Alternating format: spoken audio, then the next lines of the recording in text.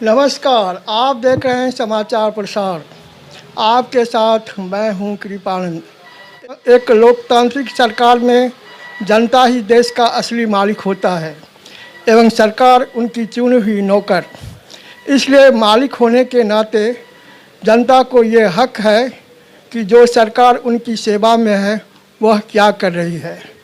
प्रत्येक नागरिक सरकार को किसी न किसी माध्यम से टैक्स देती है और यही टैक्स देश के विकास और व्यवस्था की आधारशिला को निरंतर स्थिर रखता है। इसलिए जनता को यह जानने का पूरा हक है कि उसके द्वारा दिया गया पैसा कब, कहां और किस प्रकार खर्च किया जा रहा है।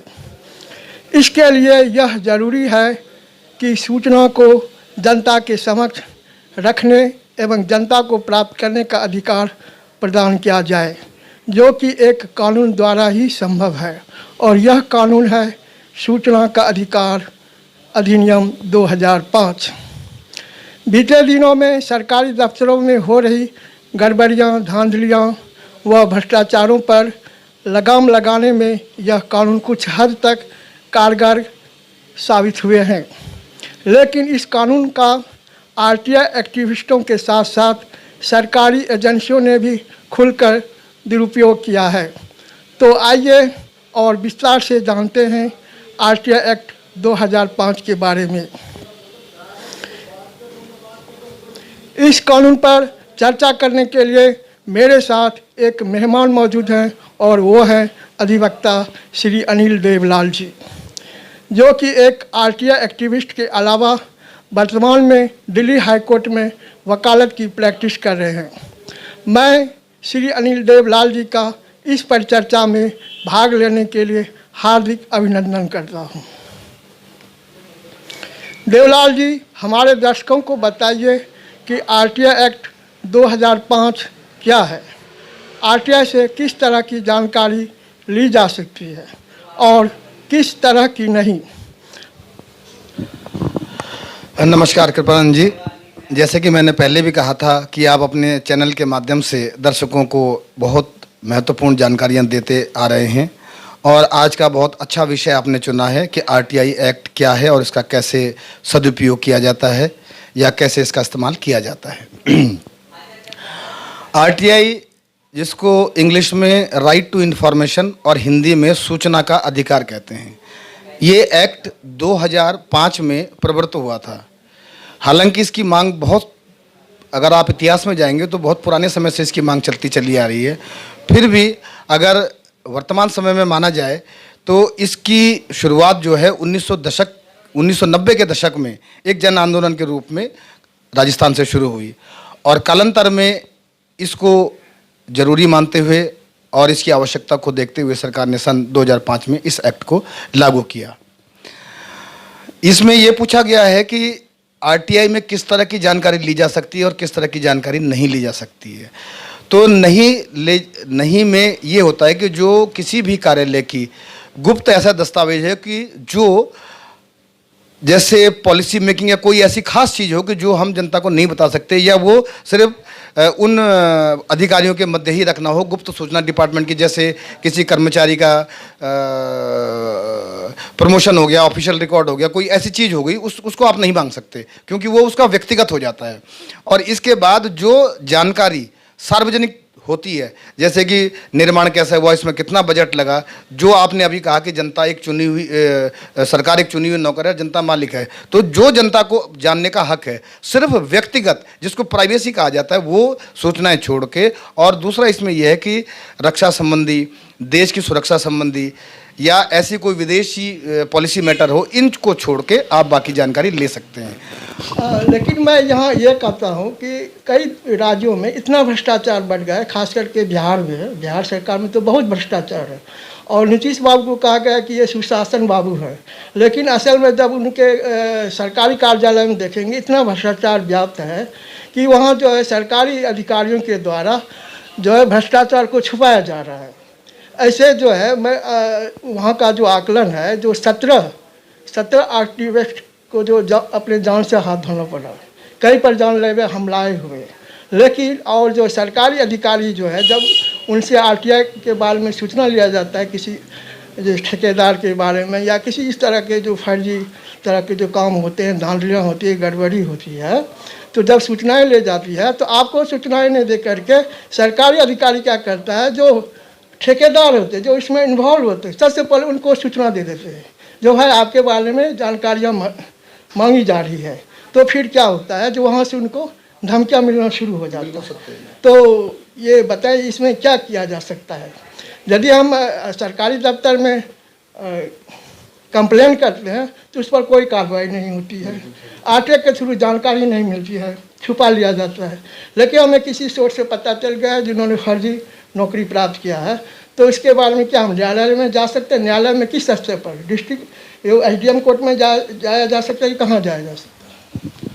हाँ, यहाँ पे ये कर सकते हैं कि आरटीआई एक्ट से थोड़ा सा खुद का ध्यान रखें, और अगर आपको कहीं पे शंका होती है तो उसके लिए सबसे पहले आप जो यूटी कैडर से अलावा राज्य हैं उनमें एप्लीकेशन दे सकते हैं थाने को, थाने के ऊपर के जो अधिकारी हैं उनको। उसके अलावा आप एसडीएम को भी एप्लीकेशन दे सकते हैं, डीएम को भी एप्लीकेशन दे सकते हैं। और यदि आपको लगता है कि इस मामले में मेरी नहीं सुनी जा रही है तो 156(3) के माध्यम से, किसी दूसरे माध्यम से आप सबसे पहले जिला न्यायालय में अपील करेंगे, जिसको बोलते हैं मेट्रोपॉलिटन मजिस्ट्रेट या प्रथम श्रेणी मजिस्ट्रेट। वो संज्ञान लेंगे, तो वो संज्ञान लेने के बाद इस पर कार्रवाई होती है। और इसके अलावा अगर आपको फिर भी कहीं लगता है कि हमें दिक्कत आ रही है तो उच्च न्यायालय फिर आपका विकल्प है। देवलाल जी, आरटीआई ऑफलाइन और ऑनलाइन कैसे फाइल की जाती है? आरटीआई लगाने की फीस क्या होती है? ऑनलाइन आरटीआई में फीस कैसे भरें? आरटीआई में जैसे आपने बताया कि 2 तरीके हैं फाइल करने के, एक तो ऑनलाइन, एक होता है ऑफलाइन। ऑनलाइन में जैसे आप गूगल पे या किसी भी फॉर्मेट पे अपना सर्च करते हैं कि how to file the online RTI, तो एक फॉर्मेट खुल के आ जाता है। उसमें शुरुआत में आपका नाम, फ़ोन नंबर और ईमेल आईडी मांगता है, फिर वो मांगेगा नेक्स्ट के बाद वो फॉर्मेट खुलना शुरू हो जाता है। उस फॉर्मेट में आप अपनी भाषा सेलेक्ट कीजिए, हिंदी या इंग्लिश जो भी भाषा होती है वो सेलेक्ट कीजिए। फिर थोड़ा सा उसमें प्रिस्क्रिप्शन रहता है कि किस डिपार्टमेंट से आपने आरटीआई मांगनी है, वो डिपार्टमेंट हो गया। उसके बाद क्या आपने मांगना है, डॉक्यूमेंट अपलोड करने का भी उसमें एक सिस्टम है कि गैलरी से आप डॉक्यूमेंट्स भी अपलोड कर सकते हैं। कोई फोटो आपने अपलोड करनी वो भी आप अपलोड कर सकते हैं। उसमें सारी फॉर्मेट बना हुआ जाता है, सारा कुछ उसमें लिखा होता है, आप उसमें जान सकते हैं। उसके अलावा उसमें फिर एक ऑप्शन आता है कि फ़ीस का, तो वो फीस आपके, जैसे आपने देखा होगा ऑनलाइन शॉपिंग होती है तो वो आपके खाते से कटेगी। तो उसमें आपके कार्ड का मतलब कार्ड का अंतिम डिजिट के 4 नंबर और सीवीसी नंबर ऐसे करके मांग के वो आपके खाते से 10 रुपये कट जाते हैं। इसकी फ़ीस जो है ऑनलाइन और ऑफलाइन की 10 रुपये फ़ीस है। इसके अलावा अगर आप कुछ डॉक्यूमेंट्स ऐसे मांगते हैं कि जिनका पुलिंदा बड़ा है, 2, 4, 5, 10 कागजों से अलावा मांगते हैं, तो उसकी फ़ीस मेरे ख्याल से 5 रुपये पर पेज के हिसाब से लेते हैं। 2 रुपये शायद, हाँ 2 रुपये, हाँ कोर्ट में 5 रुपये, सॉरी 2 रुपये के हिसाब से लगते हैं। तो जैसे 20 कागज होगा तो 40 रुपये आपको एक्स्ट्रा देने पड़ेंगे। तो वो आपसे कहते हैं कि इनकी फीस आप हमारे कार्यालय में जमा कराकर ये कागज आप ले सकते हैं, तो उनकी एक्स्ट्रा देनी होती है। बाकी आरटीआई फाइलिंग की 10 रुपये फीस है। अब है ऑफलाइन। ऑफलाइन में सिस्टम है सिंपल है बिल्कुल। एक प्लेन कागज पे आप एप्लीकेशन लिखिए, उस पर ऊपर लिखिए जन सूचना अधिकार अधिनियम 2005 के अंतर्गत, ये हिंदी में बता रहा हूँ मैं। उसके बाद नीचे सेवा में फिर पहले लिखा जाएगा जन सूचना अधिकारी ऑब्लिक जिस अधिकारी से आप मांग रहे, माने प्रधानाचार्य से मांग रहे प्रधानाचार्य, बैंक मैनेजर से मांग रहे बैंक मैनेजर, थानाधिकारी से मांग रहे थानाधिकारी, फिर उनके कार्यालय का पता या तहसील में जमीन से जिससे भी आप मांग रहे हैं। तो हर कार्यालय में एक पीआईओ है, जन सूचना अधिकारी। फिर विषय में आ जाएगा जन सूचना अधिनियम 2005 के अंतर्गत सूचना अग्रेषित करने के संबंध में। फिर आप लिखेंगे कि महोदय इस संबंध में ये सूचना अग्रेषित कीजिएगा बिंदुवार। फिर आप बिंदु बना देंगे, 1 कि मुझे ये सोचना चाहिए, 2 मुझे ये सोचना चाहिए, 3 मुझे ये सोचना चाहिए। उसके बाद लास्ट में आप अपना नाम पूरा पता लिख देते हैं और उस पर एक पोस्टल ऑर्डर लगता है 10 रुपये का। तो 10 रुपये का पोस्टल ऑर्डर की संलग्न करके उसकी संख्या लिख देंगे, जैसे उसको होता है 22, 26, 71 या जो भी नंबर होगा। फिर आएगा पोस्टल ऑर्डर। पोस्टल ऑर्डर में सबसे ऊपर लिखा होता है पीआईओ, उसका पीआईओ का नाम, नीचे किस डाकघर में पेड़ है उस डाकघर का नाम, राइट साइड में आपका पता, और सबसे किनारे में जैसे चेक को क्रॉस करते हैं ऐसे क्रॉस, ताकि ये खाते में जाता है। तो इस तरीके से ऑनलाइन और ऑफलाइन आरटीआई फाइल की जाती है और 10 रुपये मात्र इसकी फीस है। इसके अलावा जो आपको डॉक्यूमेंट चाहिए हैं उनकी पर कागज 2 रुपये के हिसाब से फीस सरकार ने रखी है, वो आपको देनी होती है। इसमें यह भी बताना जरूरी है कि जो बीपीएल कार्ड धारक हैं या गरीबी की रेखा से नीचे हैं, उनको ये फीस 10 रुपये भी नहीं लगती, लेकिन उनको अपने बारे में बताना पड़ता है कि मैं बीपीएल कार्ड धारक हूँ। अब जब आरटीआई फाइल हो जाती है तो सूचना लेने की जो प्रक्रिया है वो शुरू हो जाती है। तो यदि आपके कागज़ 2, 4, 5 या नॉमिनल से हैं जो भेजे जा सकते हैं, तो वो विद इन प्रिस्क्राइब्ड पीरियड जो 30 दिन का है, 30 दिनों के अंदर, पत्र प्राप्ति के 30 दिनों के अंदर संबंधित अधिकारी आपको आपके पते पर भेज देते हैं।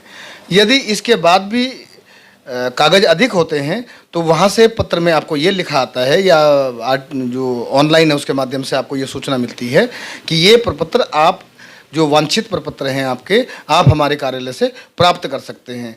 तब आपको वहाँ जाकर, उस कार्यालय में जाकर उतनी फीस जमा कर देनी होती है और वो कागज़ आपको वहाँ से मिल जाते हैं।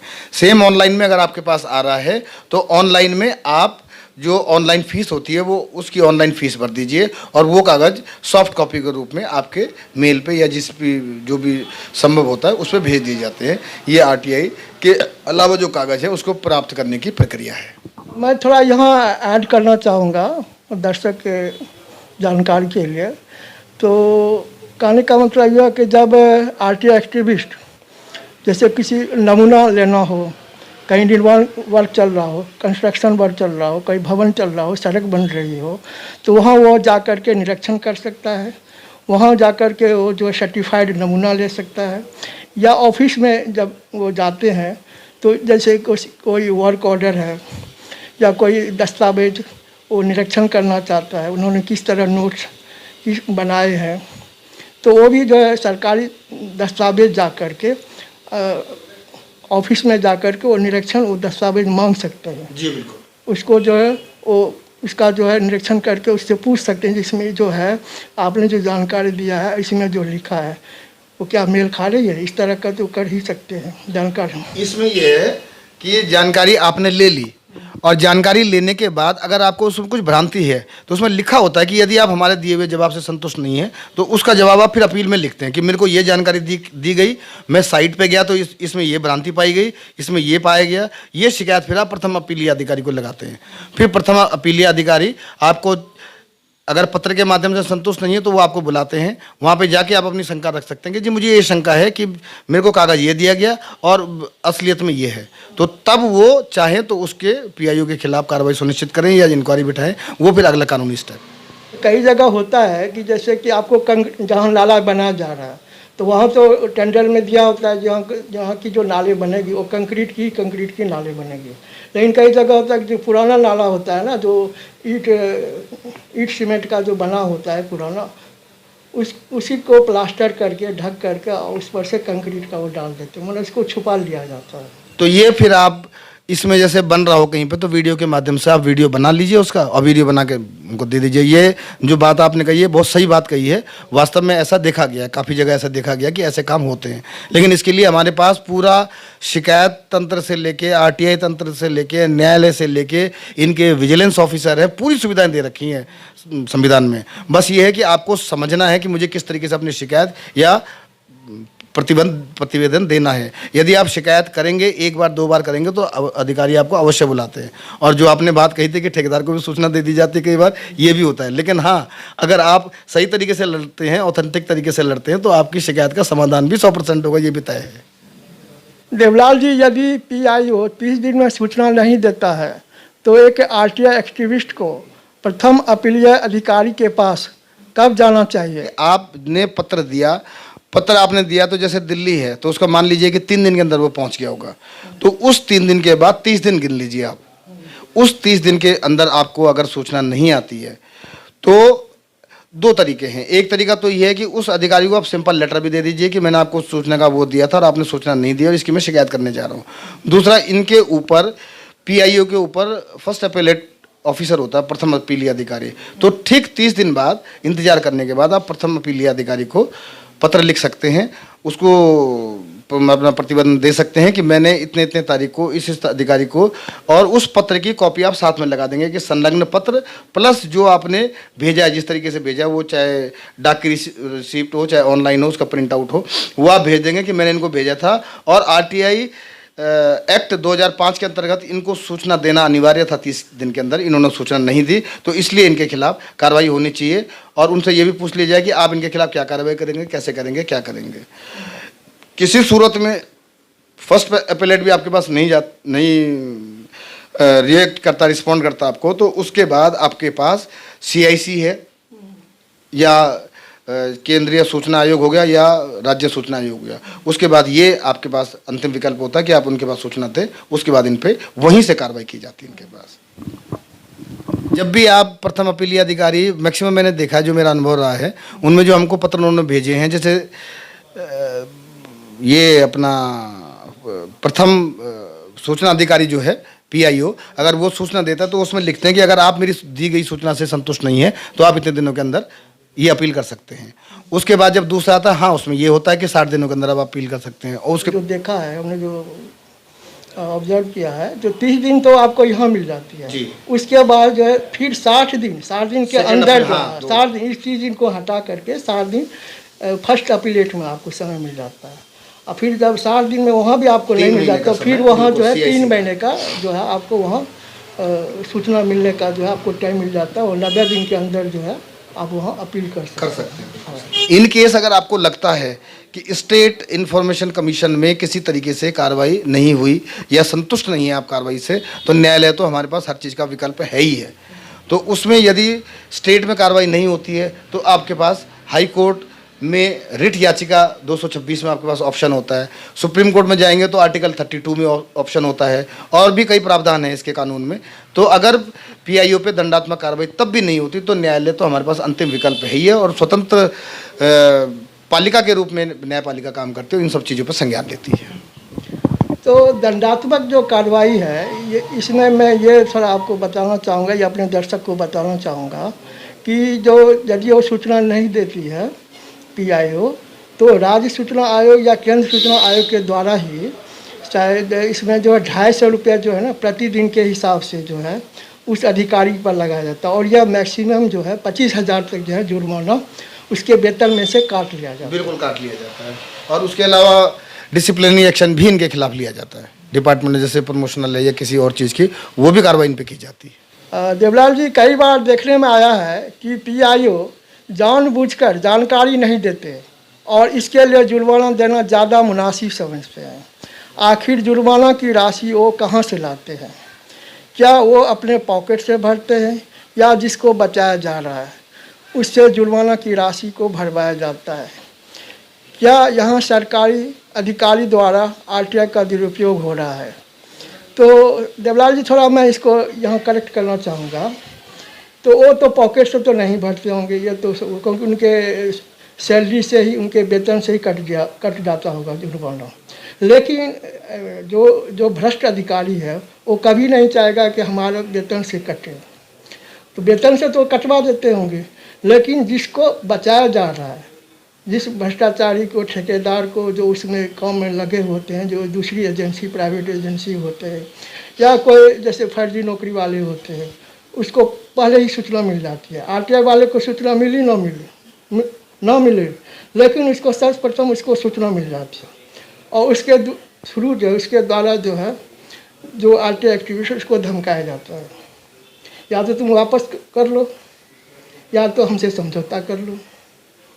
समझौता तो ये करते नहीं, लेकिन उसको धमकाया जाता है, मारा जाता है, पीटा जाता है, उस पर हमला होता है, और यदि उससे न मानता है तो उसको लोभ भी दिया जाता है। ये बात वास्तव में सही है कि ये इस तरह की जो सूचना होती है, ये जो मिली भगत अगर अधिकारियों की है तो वो संबंधित ठेकेदार या इनको पहले सूचना दे देते हैं और RTI एक्टिविस्ट को किसी तरीके से प्रेशर में लाते हैं कि या तो वो वापस कर दे या किसी तरह से प्रलोभन से समझ जाए। और इससे ज़्यादा भी घटनाएं हमारे देश में हुई है जो RTI एक्टिविस्टों के साथ बेचारे मतलब जान से हाथ धोना उनको पड़ा है। तो भ्रष्टाचार तो वास्तव में चरम सीमा पे है ही है, इसमें कोई दो राय नहीं है। जो आपने बोला मैं सहमत हूँ उस बात से।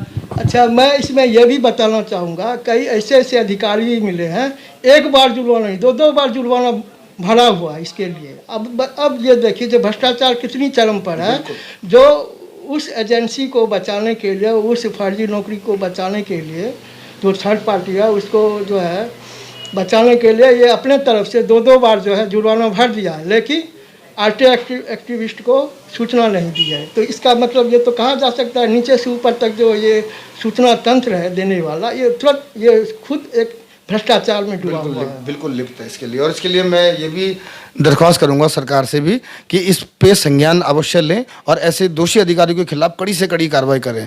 और अगर मैं माननीय न्यायालय से भी प्रार्थना करूंगा कि अगर ऐसे मामले हमारे माननीय न्यायालय में आते हैं तो वैसे तो हमारे न्यायालय में हमारे न्यायाधीश महोदय उस पर संज्ञान लेके उचित कार्रवाई करते हैं, पर फिर भी मैं चाहूँगा कि ऐसे दोषियों को जो इस प्रकार का भ्रष्टाचार कर रहे हैं, ऐसे दोषियों को बिल्कुल न बख्शा जाए।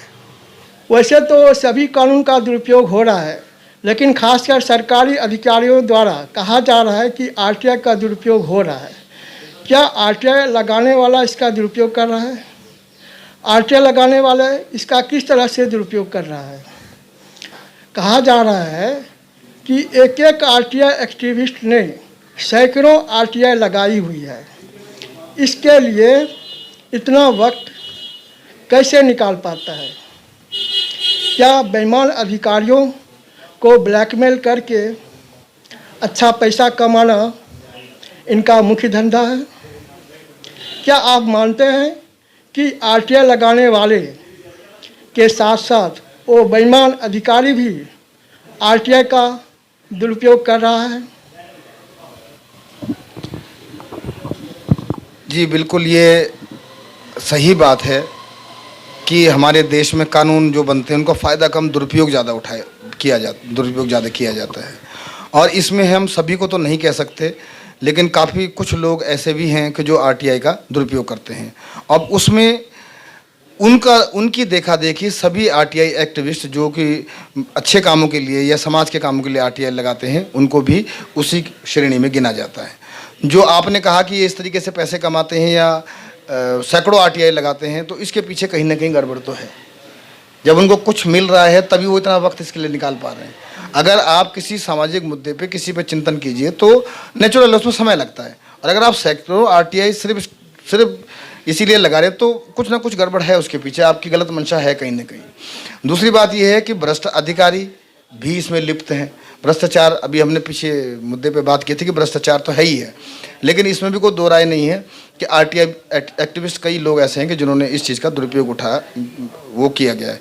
तो मैं ये कहूँगा कि जो हमारे अच्छे सक्षम और ईमानदार अधिकारी हैं वो ऐसे लोगों को चिन्हित करके कम से कम उनको सरकार की नज़र में लाएं या न्यायालय की नज़र में लाएं, और ऐसे लोगों को भी दंड मिलना चाहिए, ये मेरा मानना है। माना यह भी जा रहा है कि ईमानदार ऑफिसर आरटीआई का स्वागत करते हैं, वे पारदर्शिता में विश्वास करते हैं। नंबर ऑफ आरटीआई से थोड़ा परेशान जरूर दिखते हैं, क्योंकि इससे विकास का कार्य रुक जाता है या उस पर असर पड़ता है, और इनका ज़्यादातर समय आरटीआई का जवाब देने में ही लग जाता है।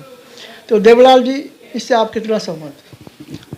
बिल्कुल सहमत हूँ मैं इस बात से, क्योंकि जो आरटीआई एक्ट जो बनाया गया था वो जनतंत्र में जनता की भागीदारी और पारदर्शिता के लिए ही बनाया गया था। और जो ईमानदार अधिकारी हैं, ये भी आपका कथन बिल्कुल सत्य है कि वो इस बात का स्वागत करते हैं।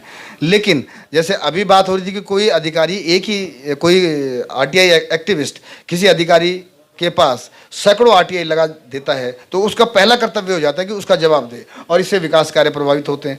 जैसे उदाहरण के लिए आप असिस्टेंट इंजीनियर या जूनियर इंजीनियर या एग्जीक्यूटिव इंजीनियर ले लीजिए, उनका एक बड़ा क्षेत्र होता है जिसमें सारे निर्माण कार्य हैं, सड़क है, सरकारी बिल्डिंग है, कई चीज़ें हैं, वो उनको देखनी होती है और उनको धरातलीय सर्वे भी करना होता है। अगर वो अधिकारी आरटीआई का जवाब देने लग जाएगा तो मान लीजिए अगर महीने में 15 दिन भी उसने जवाब दिया तो जो विकास कार्य है वो 15 दिन उनके देखने के कारण कम से कम 3 और 4 महीने वो डिले हो जाएगा। तो इसका विकास कार्य पे फर्क पड़ता ही पड़ता है। और आरटीआई के जो हमारे ईमानदार अधिकारी हैं उनको ये भी देखा गया कि वो इस पे बहुत ज़्यादा विश्वास करते हैं, और होना भी चाहिए, जो संविधान के तहत एक प्रक्रिया बनाई गई है, और इससे विकास कार्य प्रभावित होता है। ये भी बट नेचुरल है।